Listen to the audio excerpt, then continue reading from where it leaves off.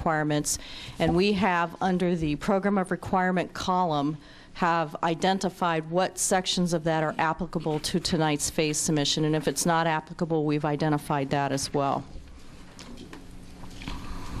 Okay. I'm going to turn it over to Katie because the meat of the phase submission is the bracketing forms, which talks about the square footage of the auditorium and some of the thought process behind the spaces in summary, and that was prepared by Architectural Vision Group.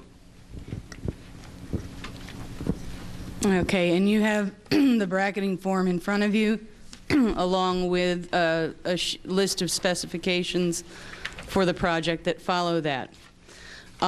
These are modeled after the OSFC design manual in their format, and they reflect both that LFI portion that you're going to be voting on this evening of 19,453 square feet and the 8,177 square feet that are co-funded space with the Ohio School Facilities Commission. Those you passed earlier in the POR that was the full version. They were passed under student dining. And that leaves you with a total auditorium of 27,630 square feet, which is approximately 7,000 square feet larger than your current auditorium.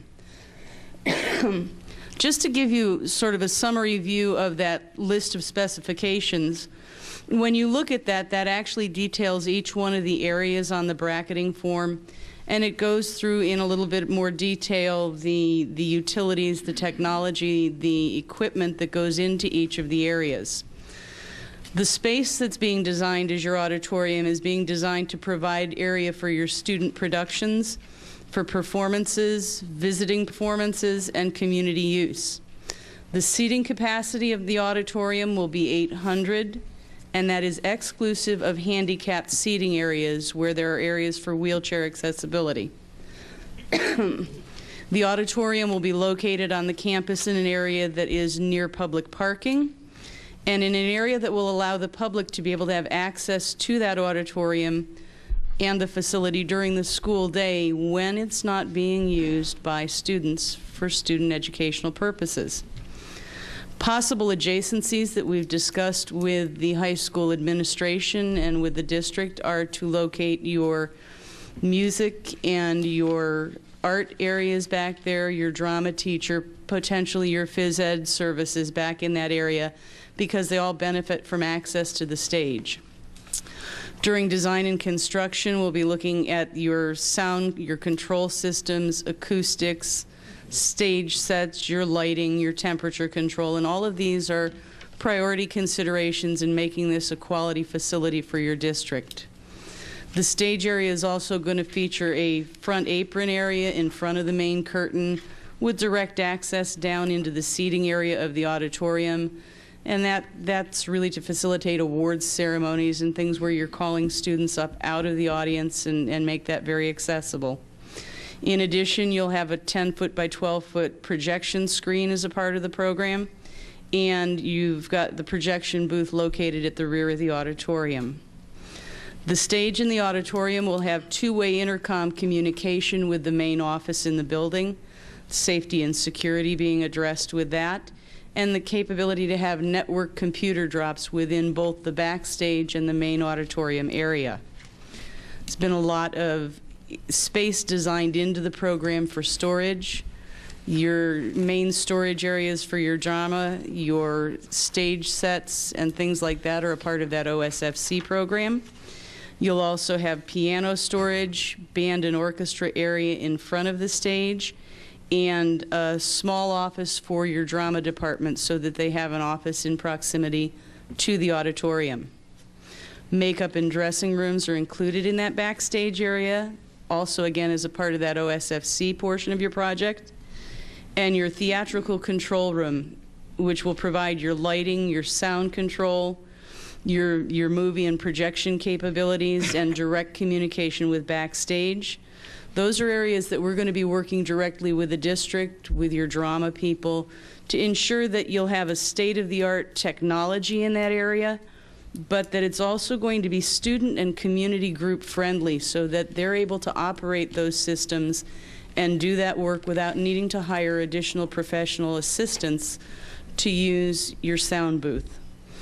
Finally, your lobby area is going to be a space that includes ticket booth, coat rooms, concession areas, a spirit room where you can sell spiritware and different memorabilia for the school, and also, again, that office for your drama department. Your family restrooms are located then adjacent to your auditorium. Basically, those are the high points of what are in your specifications.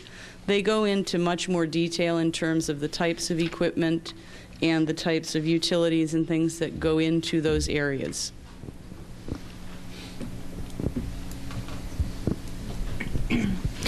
Because the auditorium is integral to the balance of the high school building, the design of that is moving along at the same pace as the high school itself.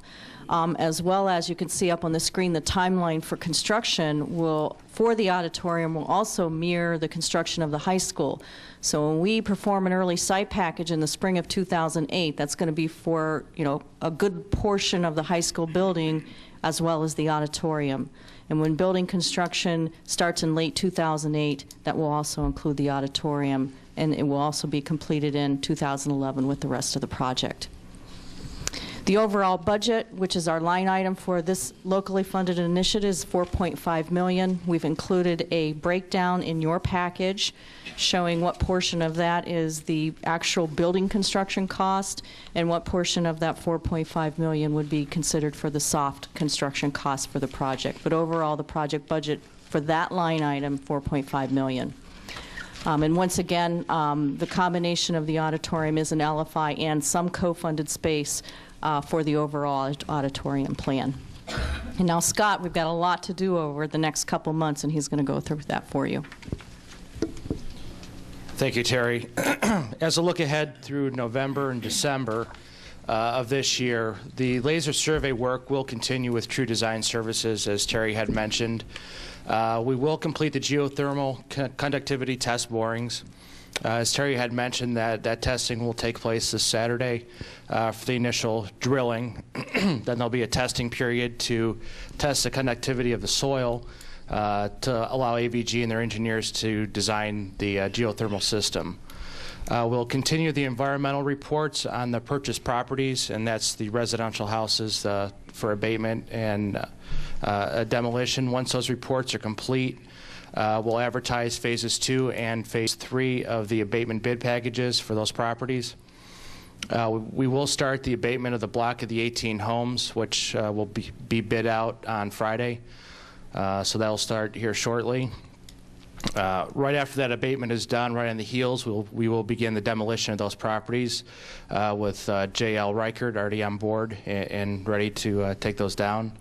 The schematic design will continue through this process as well. We will conduct soil borings through this process. That'll take place here in the next couple weeks.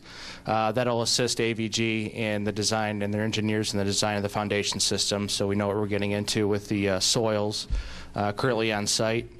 We'll be submitting an RFQ, or request for qualifications, for our blueprinting, so we can get a company on board to print all of our documents as we go through the process. We'll present interim schematic design concepts. AVG will be instrumental in that to see how the building lays out and what works best for the district. Formulate student involvement programs. Regency is big on getting the students involved in the process as well, and in working with the district, we'll get those programs off and running. Continuing on, we'll continue the monthly core team meetings with